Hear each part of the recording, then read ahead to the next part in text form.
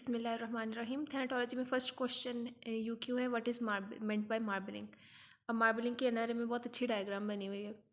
तो marbling basically क्या होता है कि मार्बल से, जैसे मार्बल का एक डिज़ाइन नहीं होता स्पेसिफिक, उसमें लाइंस सी बनी होती हैं, अगर वो ग्रे ग्रे सी लाइंस होती हैं। इसी तरह बॉडी में मार्बलिंग में बेसिकली क्या होता है कि ब्लड वेसल्स के अंदर जो ब्लड होता है ना, उसके अंदर गैसेस प्रोडक्शन हो रही होती है, तो वो ना ग्रीनिश, पहले ग्रीन कलर होते हैं, बाद में वो ग्रीनिश से ना ब्लैकिश ब्राउन कलर के अपीयरेंस होती है। तो उसकी वजह से पूरी बॉडी पे ना वो जो वेन्स है और जो ब्लड वेसल्स हैं, बेसिकली वेन्स नहीं सॉरी ब्लड वेसल्स जनरलाइज बोलें तो, उनका ना एक पैटर्न बन जाता है मार्बल टाइप का। तो उस अपीयरेंस को हम कहते हैं मार्बलिंग। अब क्या है, marbling is a stage of putrefaction. It is a condition in which the green colour of the putrefied body changes to blackish brown and veins in these areas becomes prominent and visible due to accumulation of gases in them due to decomposition है, इसकी वजह से veins के अंदर gases की accumulation है, वो ज़्यादा विजिबल और प्रोमिनेंट हो गई। And in C N in a vein under water shows gas bubbles, क्योंकि वो गैसेस है ना उनके अंदर, तो अगर हम अंडर वाटर इन सी एन देंगे वेन को तो गैस बबल्स शो होंगे। And in C N in vein shows haemolysis of the blood. Marbling start कब होती है? It starts after 24 hours of the death and is prominent in 36 to 48 hours. Thanatology की जो ये time दिए में बहुत बहुत बहुत इंपॉर्टेंट है, लाइक एमसीक्यूज में भी आएंगे, अपने अच्छे से याद करने कि 24 आवर्स के बाद स्टार्ट होती है मार्बलिंग और 36 से 48 आवर्स। अच्छा, एमसीक्यू पॉइंट ऑफ व्यू के लिए थैनाटोलॉजी के सारे जितने भी आवर्स में टाइम दिया हुआ है, और सेकेंडली जो ट्रॉमाटोलॉजी में एज ऑफ ब्रूज, और दूसरा क्या था एब्रेयन और ब्रूज वाले, वो भी करने हैं। उसके बाद है what is meant by hypostasis. Hypostasis basically क्या होता है कि जो बॉडी है ना, डेड बॉडी, उसके अंदर ना ग्रेविटेशनल पुल की वजह से ना ब्लड की पुलिंग होने लग जाती है डिपेंडेंट और अनसपोर्टेड एरियाज पे। उस प्रोसेस को हम कहते हैं hypostasis. Hypostasis is the appearance of red colouration of the skin after death due to gravitational pulling of blood in dependent and unsupported portion of the body. इसकी भी आप डायग्राम देखेंगे तो डेड बॉडी है वो, जहाँ पे जो उसके ना सपोर्टेड एरियाज होते हैं वो वाइट हो रहते हैं, और जो अनसपोर्टेड होते हैं वो रेड से हो रहते हैं। जो अनसपोर्टेड है उसको हम हाइपोस्टेसिस कहते हैं। होता क्यों है कि ग्रेविटेशनल पुलिंग की वजह, ग्रेविटेशनल पुल की वजह से ना जो ब्लड है, अगर सपोज एक बॉडी ना ऐसे लेटी हुई है, मतलब डेड बॉडी है, तो उसके जो ये नीचे वाला एरिया होगा ना बॉडी का, जो लग रहा है ज़मीन की तरफ है, जो ज़मीन के बिल्कुल साथ टच हो रहा होगा, वहाँ पे वाइट वाइट हो जाएगा, और जो अनसपोर्टेड एरिया होगा ना, वहाँ पे रेड रेड सा हो जाएगा। उसको हम कहते हैं कि वो हाइपोस्टेसिस हो गया उसके अंदर। अब वो होता क्यों है कि जो ब्लड है ना वो बॉडी में ना नीचे की तरफ को पुल होने लग रहा था, ग्रेविटेशनल पुल की वजह से ना वो नीचे की तरफ को खींचता है, तो वो नीचे वाली एरियाज में, नीचे वाली वेसल्स में ना पुल अप हो जाता है। Hypostasis is the appearance of red colouration of skin after death due to gravitational pulling of blood in dependent and unsupported portion of the body. It is also known as post mortem staining भी इसको बोलते हैं, liver mortis भी कहते हैं, सगुलेशन भी कहते हैं, and lividity. Blood accumulates in capillaries. Blood capillaries में एक्यूमुलेट होता है, उनको डिस्टेंड करता है और उनको and make them show on skin surface and internal organs are red purple purple red discolouration. Internal organs की भी होती है हाइपोस्टेसिस, तो उनकी कैसे हो रहती है? पर्पल रेड डिस्कलोरेशन हो रहती है। और ओवरऑल बॉडी की होती है ना, उसमें क्या होता है कि ना वो पूल अप हो जाता है कैपिलरीज के अंदर blood. The process of shifting of blood starts immediately after the cessation of circulation. जैसे ही सर्कुलेशन बंद होती है तो पूलिंग का प्रोसेस स्टार्ट हो रहा है। अब सर्कुलेशन कब सीजेट होती है? जैसे डेथ होती है तो ब्लड सर्कुलेट होना बंद हो जाता है। It appears externally in 20 to 30 minutes. अब जैसे सर्कुलेशन बंद हुई, इंसान की डेथ हुई है, तो ब्लड की शिफ्टिंग स्टार्ट हो गई है, लेकिन एक्सटर्नली बॉडी पे ना ये 20 से 30 मिनट में ना अपीयर होती है, may even be delayed up to 2 hours. जो उसकी एक्सटर्नल अपीयरेंस है वो 20 से 30 मिनट में स्टार्ट हो जाती है, लेकिन ये 2 आवर्स तक डिले भी हो सकती है। इनिशियली स्कैटर्ड फेंट एंड स्मॉल पैचेस अपीयर। पहले सबसे पहले ना छोटे छोटे पैच बन रहे होते हैं, उसके बाद ना वो सारे पैच जो से ना ग्रेजुअली वापस में मिलके ना एक बड़ा size, they grow in size, और वो डीप हो जाता है, उनका कलर ज़्यादा डीप हो जाता है। An extensive area of discolouration is seen in 6 to 12 hours. अब ये जो टाइम है ना, ये डिफरेंट बुक्स में वैसे डिफरेंट भी लिखा हुआ है। सबसे पहले 20 to 30 मिनट्स में स्टार्ट होती है, फिर 2 आवर्स तक ये डिले होती है। इनिशियली पहले छोटे छोटे पैचेस बनते हैं, फिर वो बड़े होते हैं साइज़ में, आपस में मिलके एक बहुत बड़ा एरिया ऑफ द हाइपोस्टेसिस बना देते हैं। और जो extensive area of discolouration is seen in 6 to 12 hours.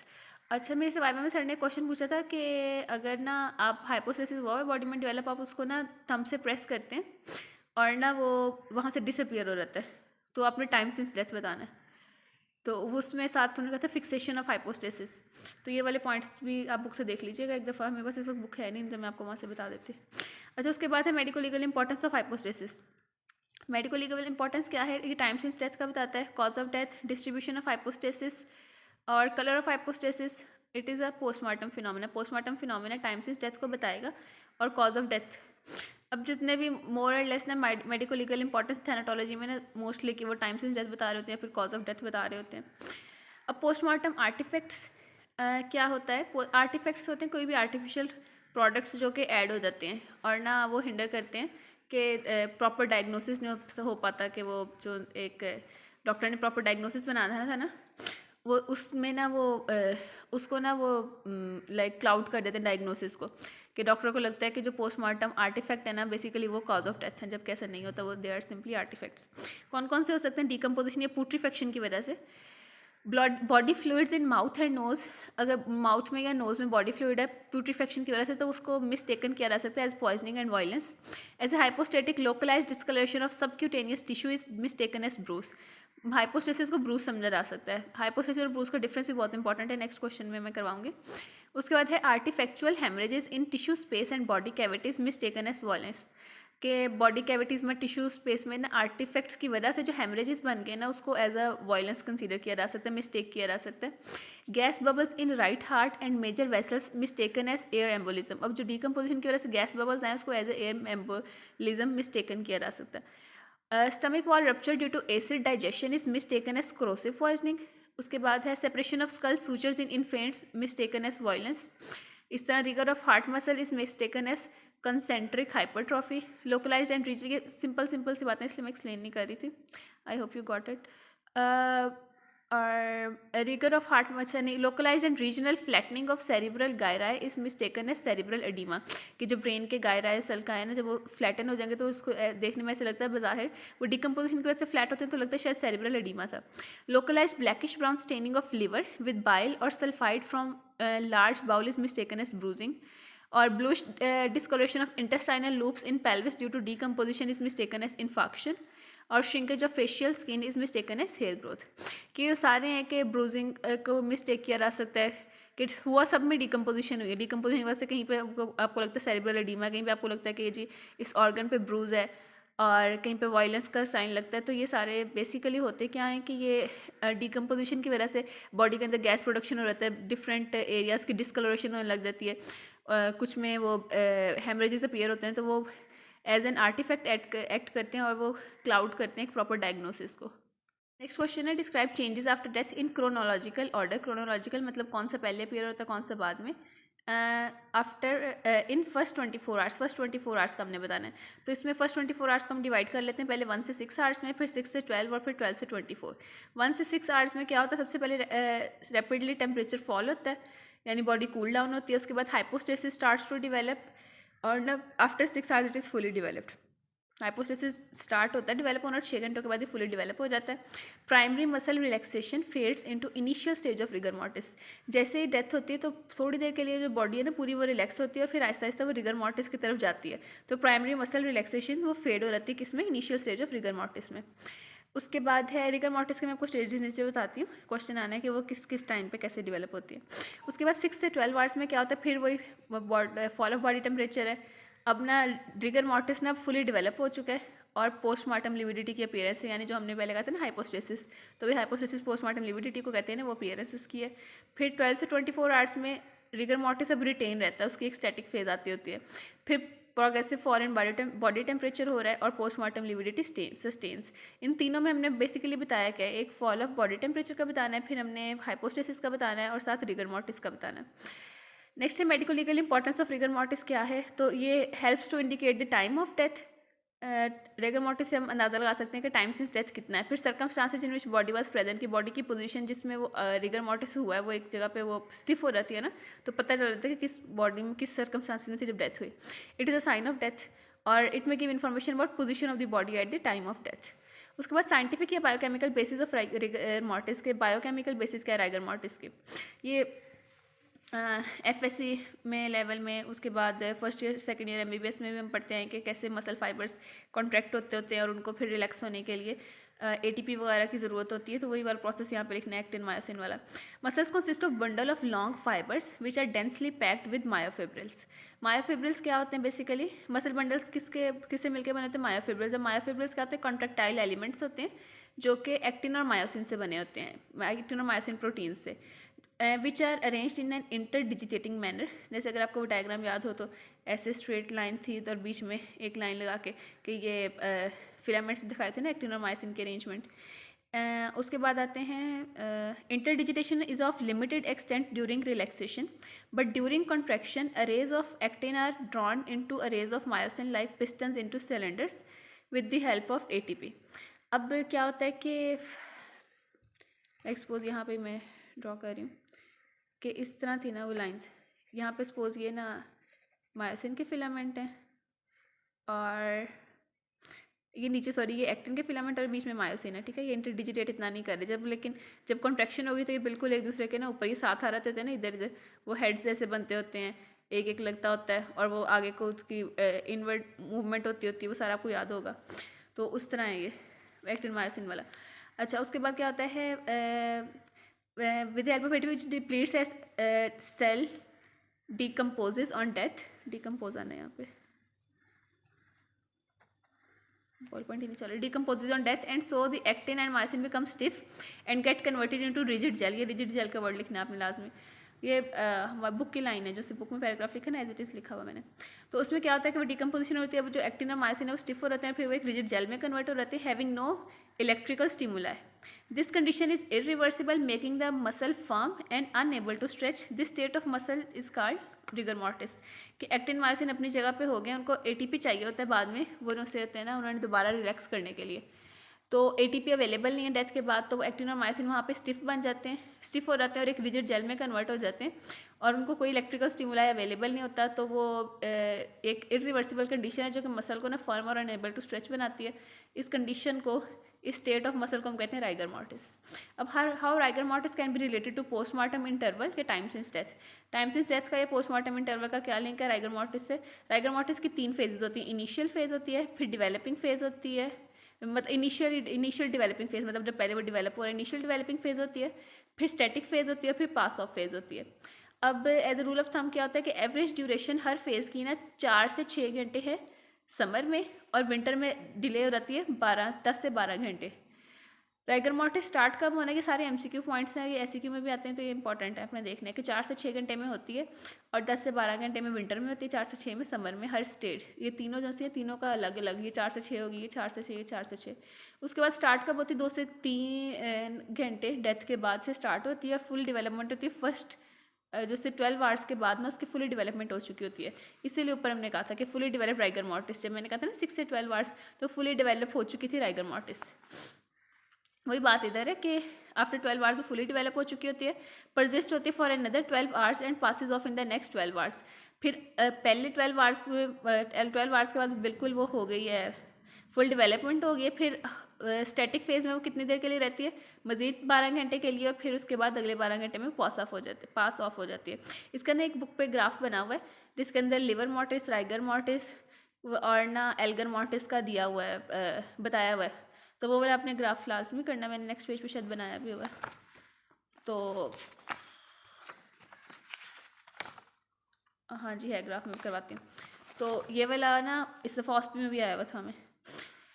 उसके बाद what is meant by cause, mode and manner of death. बाहर बहुत दफ़ा ये क्वेश्चन रिपीट हुआ है, आपको वैसे पता होना चाहिए for viva for written both, ठीक है। कॉज ऑफ डेथ क्या होता है कि condition which has led to death is called as cause of death. कि कोई डिजीज़, कोई इंजरी, इंटॉक्सिकेशन, कोई भी कंडीशन जो कॉज ऑफ डेथ, जिसने अल्टीमेटली जो कि कॉज ऑफ डेथ है, तो जिसने अल्टीमेटली डेथ कॉज की है, तो उसको हम कहते हैं cause of death. Mode of death क्या है कि 3 हमारे वाइटल सिस्टम है जो the system which stops first. सबसे पहले एस्फिक्सिया में अगर रेस्पिरेटरी स्टॉपेज होती है, सिनकोपी में सर्कुलेटरी स्टॉपेज होती है, और कोमा में स्टॉपेज ऑफ इनर्वेशन। तो जो चीज़ पहले स्टॉप हो जाए वो मोड ऑफ डेथ है। मोड ऑफ डेथ को हम कह सकते हैं फिर क्या, एस्फिक्सिया होगा, सिनकोपी होगा, या कोमा। सिनकोपी होता है सर्कुलेशन स्टॉप हो गया, मतलब हार्ट स्टॉप हो गया। कोमा ब्रेन डेथ, और जो से एस्फिक्सिया में क्या है, रेस्पिरेटरी स्टॉपेज की वजह से डेथ हुई है। How to determine time since death. अब ये टाइम सिंस डेथ ना किस तरह डिटरमाइन करना है, तो इसमें आप ना दोनों क्वेश्चन मिला के लिख सकते हैं। सबसे पहले ये 1 से लेकर 12 आवर्स तक बताया, 24 आवर्स तक बताया क्या क्या चेंजेस हैं, ठीक है। उसके बाद ना ये 1 से 24 आवर्स ऊपर वाले लिखने। फिर आगे 24 से 36 आवर्स में क्या होता है कि पुट्रीफेक्शन स्टार्ट होने लग जाती है और ना रिगर मॉर्टिस पास ऑफ हो चुकी होती है, ठीक है। पासिंग ऑफ रिगर मॉर्टिस पहले 12 घंटे में वो फुली डिवेलप होनी थी, अगले 12 से 24 घंटे में उसकी स्टैटिक फेज होनी थी, फिर आगे 24 से फर्दर 12 घंटे तक, 24 से मजीद 36 घंटे तक उसने पास ऑफ होना है। ये मैंने पहले ऊपर वाले क्वेश्चन में बताया। उसके बाद प्रोग्रेसिव टेम्परेचर फॉल होता है, decreased postmortem lividity due to decomposition of RBCs. अब वो जो पोस्टमार्टम हाइपोस्टेसिस या लिविडिटी थी ना, वो आहिस्ता आहिस्ता कम होने लग जाती है क्योंकि अब आरबीसीज की डिकम्पोजिशन स्टार्ट हो गई है। फिर स्टेजेस ऑफ पुट्रीफेक्शन, ये मतलब ये टाइम सिंस डेथ में ना ये बहुत लेट चीज़ होकर चली जाती है। तो उसमें कौन कौन सी पुट्रीफेक्शन में कौन सी स्टेजेस आती हैं कि 12 से 24 घंटे में स्किन की डिस्कलरेशन होती है और मार्बलिंग होती है 36 से 48 घंटे में। ये पहले मैंने मार्बलिंग के क्वेश्चन में भी बताया था। फिर इन्फेस्टेशन ऑफ हाउस फ्लाई होती है ऑन द 3rd डे। तो ये सारी चीज़ें याद करने वाली हैं, याद करना है और ना इसका सीक्वेंस भी याद होना चाहिए। इन सबको ना इस वाले थैनाटोलॉजी के जितने भी हैं उनको सबको अच्छे से याद करना है, वैल्यूज़ को। नेक्स्ट क्वेश्चन है describe various underlying mechanisms for 3 modes of death. अब वो जो 3 मोड्स ऑफ डेथ बताए थे, एस्फिक्सिया, सिनकपी और कोमा, उनके ना अंडरलाइंग मैकेनिज्म्स क्या हैं। सबसे पहले एस्फिक्सिया में क्या होता है कि pathological condition of respiratory system, जैसे निमोनिया हो सकता है या फिर रेस्पिरेटरी सेंटर का पैरालिसिस ओपीएम की वजह से, या फिर एयर पैसेजेस की ओकल्जन हो जाए। एयर पैसेजेस वे मतलब बाहर से सपोज किसी ने वो जो स्मॉदरिंग या गैगिंग वगैरह हुई है, या फिर ब्रीथिंग ऑफ इररेस्पायरेबल गैसेस जैसे कार्बन मोनोऑक्साइड की पॉइजनिंग हो जाती है, और ट्रॉमेटिक एस्फिक्सिया। तो ये सारे जो टाइप्स ऑफ ये जो सारी कंडीशन है ना, ये अंडरलाइंग मैकेनिज्म है जिसकी वजह से एस्फिक्सिया हो सकता है और फिर एस्फिक्सिया से अल्टीमेटली डेथ। सिनकपी में क्या होगा, हार्ट की डिजीजेज हो सकती हैं, पैथोलॉजिकल स्टेट ऑफ ब्लड हो सकती है, हेमरेज हुआ है, वेगल इनहिबिशन है, poisoning of digitalis, tobacco, aconite and oleander. इसमें क्या था, ओपियम, इसमें ये है digitalis, tobacco, aconite and oleander. Coma में क्या है कि इंजरी हो या डिजीज़ होगी ब्रेन की, क्योंकि सिनकपी हार्ट से रिलेटेड है तो हार्ट डिजीज़, कोमा में ब्रेन की है तो ब्रेन डिजीज़। और सिस्टम डिसऑर्डर जैसे डायबिटिक कीटोएसिडोसिस हो सकता है, और एनेस्थेटिक्स या एट्रोपिन हो सकती है, साइनाइड या phenol. Intoxication of alcohol, opium, cocaine, charcoal hydrate. ये सारा बेसिकली याद करने वाला है, इसको you have to cram all this points. उसके बाद डिफरेंस क्या है पोस्टमार्टम स्टेनिंग और ब्रूज में, ये बहुत इंपॉर्टेंट है both for viva and written, कि क्वेश्चन बहुत ज़्यादा पूछते हैं। ब्रूस क्या है, ब्रूस के अंदर ना, क्योंकि ये एक ज़िंदा इंसान में, जैसे वो कहते हैं ना आप फर्स्ट ट्रामाटोलॉजी में पढ़े थे हमने एब्रियन ब्रूस वगैरह, तो ये एक ज़िंदा इंसान में हो रहा है, पोस्टमार्टम स्टेनिंग बाद में। अब कोई भी जो एक लिविंग बॉडी में फिनोमिना होता है, कोई इंजरी होती है तो उसमें वाइटल रिएक्शंस शो होते हैं, जैसे स्वेलिंग एंड इन्फ्लेमेशन वगैरह, तो ये ब्रूस में शो होंगे, जबकि जो है ना पोस्टमार्टम स्टेनिंग उसके अंदर नहीं होंगे क्योंकि डेड बॉडी के अंदर हुआ है। उसके बाद ना ब्लड वेसल्स ब्रूस के अंदर ना रप्चर हो चुकी हैं, तो यार ब्लड ना सराउंडेड इंटरस्टिशियल टिश्यू के अंदर प्रेजेंट होता है, जबकि पोस्टमार्टम स्टेनिंग में क्या होता है कि ब्लड एक्यूमुलेट होता है within blood vessels gravitational pull की वजह से, ये मैंने पहले बताया था। अब no flow of blood occurs upon cutting of vessels, अगर हम उस जगह से वेसल्स को कट करते हैं ना तो ब्लड फ्लो नहीं करता क्योंकि वो सराउंडिंग इंटरस्टिशियल के अंदर ना ब्लड गया होता है। जबकि इसमें क्या होता है, बेसिकली एक्स्ट्रावेसेशन ऑफ ब्लड इसमें हो गई थी ना ब्रूस में, जबकि पोस्टमार्टम स्टेनिंग में अगर हम इंसिजन देते हैं ना तो ब्लड ऊज आउट होता है क्योंकि वो ब्लड वेसल्स के अंदर पुल अप हुआ होता है। जो ब्रूज है ना वो interstitial tissue below the epidermis में होता है, या फिर even deeper to it as the epidermis is without blood vessel, की उसकी लोकेशन बताइए कि वो इंटरस्टिशियल टिश्यू में ना बिलो द एपिडर्मिस होता है, ज़रा डीप होता है। और जो पोस्टमार्टम है वो confined to skin and covering internal organs like mucosa और सिरोजा, इसकी लोकेशन बता दी। क्यूटिकल इसमें डैमेज होती है and may show abrasion due to violence causing it, क्योंकि बॉडी पे इंजरी हुई है कोई ब्लंट वेपन की वजह से हुआ, तो जो क्यूटिकल है स्किन की वो डैमेज हो चुकी होती है और ना साइड पे अब्रेजन वगैरह होते हैं। इसमें क्यूटिकल इंटैक्ट है, क्यूटिकल का तो ताल्लुक ही कोई नहीं, तो बॉडी के अंदर का एक प्रोसेस है ना कि ग्रेविटेशनल पुल की वजह से वो जो ब्लड है वो पुल अप हो गया, तो क्यूटिकल स्किन की इंटैक्ट होती है और एक्यूमुलेशन ऑफ ब्लड होती है बस ग्रेविटी की वजह से। ये साइट ऑफ इंजरी पे होगी, ये डिपेंडेंट एरिया या dependent part of the body या unsupported part of the body पे होती है। ये एक एक्टिव फिनोमिना है, ये पैसिव फिनोमिना है। ये मार्जिन्स आर एलिवेटेड, मतलब पैसिव का मतलब खुद ब खुद हो रहा है, एक्टिव है कि वो किसी ने मारा है, कोई मतलब फोर्स लगा के करना पड़ा। इसके मार्जिन्स एलिवेटेड होते हैं। मार्जिन्स एलिवेटेड किस वजह से होते हैं कि इन्फ्लेमेशन वगैरह है, और इसमें मार्जिन्स एलिवेटेड नहीं होते। तो ये बहुत इंपॉर्टेंट डिफरेंस है, ये आपने लाजमी करना है। नेक्स्ट क्वेश्चन है, enumerate the essential and additional clinical parameter for the certification of death, give difference between rigor mortis and cadaveric spasm. Essential parameters कौन कौन से डेथ के? सबसे पहले bilateral fixed dilation of pupil होनी चाहिए। ये वो चीज़ें हैं जिससे कन्फर्मेशन होती है डेथ की। तो एसेंशियल पैरामीटर है कि बाइलेटरल यानी दोनों साइडों की fixed dilation of pupils dilated हो और वो एक ही जगह पर फिक्स्ड हो, उनकी वो लाइक आप टॉट से चेक करें तो वो प्यूपिल का साइज चेंज ना हो, वो लाइट रिफ्लेक्स ना शो करे। तो बाइलेटरल यानी दोनों साइडों के, bilateral fixed dilation of pupil, complete absence of reflexes of both natural and profound pain. आप पिन से ना कोई उसको वो नीडल वगैरह से आपसे करते हो या फिर प्रोफाउंड पेन देते हो तो वो दोनों नेचुरल रिफ्लेक्सेस भी एब्सेंट हो और पेन पे भी जो रिफ्लेक्सेस है वो सारे एब्सेंट हो। Complete absence of respiration complete absent हो। रेस्पिरेशन चेक करने के लिए डिफरेंट टेस्ट होते हैं ना, जैसे मिरर टेस्ट होता है, फेदर टेस्ट वगैरह होता है। अच्छा, उसके बाद क्या एडिशनल पैरामीटर्स क्या हैं, इधर एल आना है। Falling BP needs vasoconstrictive drugs. BP fall कर रहा होता है उसकी वजह से वैजोकंस्ट्रिक्टिव ड्रग्स चाहिए होती हैं, और ना फ्लैट ईईजी होती है फॉर एटलीस्ट 6 आवर्स।